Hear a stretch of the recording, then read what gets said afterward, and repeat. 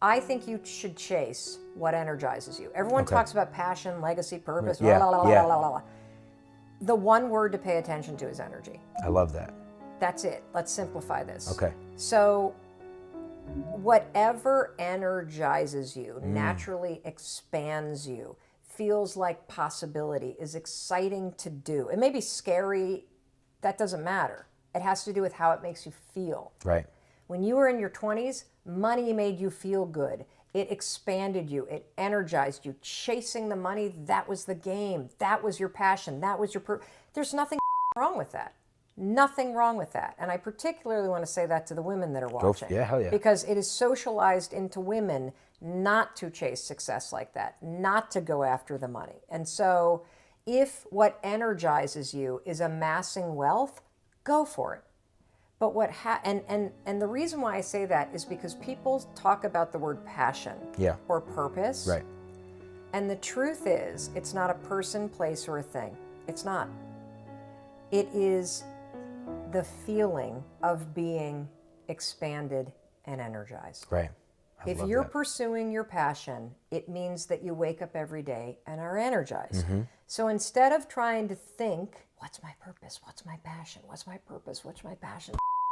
I don't know. Yeah. Instead of thinking like that, I want you instead to ask yourself, what could I do today that would energize me? What energizes me? If it's making money, figure out how to make money.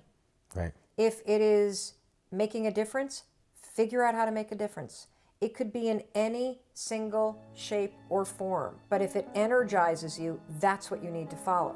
And what happens is that passion also, because it's energy, it dissipates over time.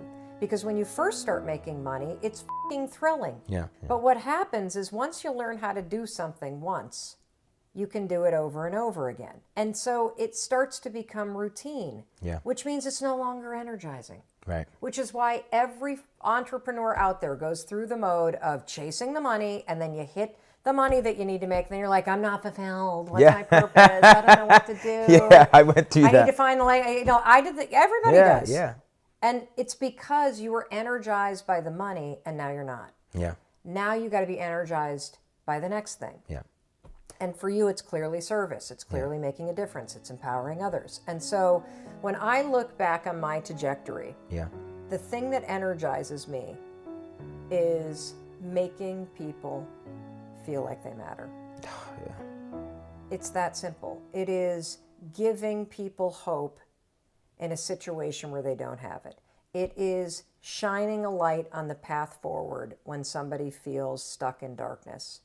And now that I know that those moments are the things that make me get up out of bed and energize me, I can trace back all the way to the moment of being a public defender in Manhattan, 22 years old, straight out of law school, defending a kid who, and I met him for the first time. He had been arrested. I met him during night court in New York City.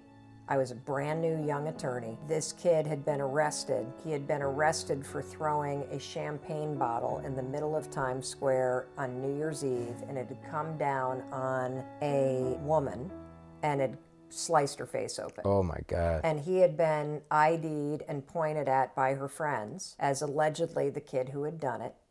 And he was a junior in high school. High school kid on his way to go to junior college, mom working hard, terrified, absolutely terrified. And I met him because he had been arrested, and the family couldn't afford a lawyer, and I was a legal aid criminal defense attorney, and I was assigned to represent him. And I remember walking back into the cages behind the judge's bench, because if you look at a judge in a courtroom, there's two doors, typically, one to the right, one to the left. One of those doors leads to the hallway, which is what all the court officers and administrative workers walk to, that's behind the court system. The other one leads to cages that are behind the judge, which is where they hold the inmates as they're waiting to come in and get arraigned, or they're waiting, for the trial. And so I walked back there and I called out this kid's name, and I just remember him asking, is my mom out there? Is my mom out there? And I said, look, I'm going to tell you something. I'm going to make you two promises. I'm going to get you out of here tonight, and I'm going to do everything I can. He was like, I didn't do it, I didn't do it, I didn't do it. I swear to God, I didn't do it. And I promised him, I said, I'm going to get you out of here tonight, and I'm going to do everything I possibly can to clear your name. And I remember the relief in his face. And he said, you believe me? I said, of course I believe you. Gave him hope. Holy shit. That moment, my heart blew open. And it's those moments where you give somebody hope, where you show them the path forward, where you're stronger and clearer in that moment than they are. So now they can be. Yeah. And that's what I show up and do every single day.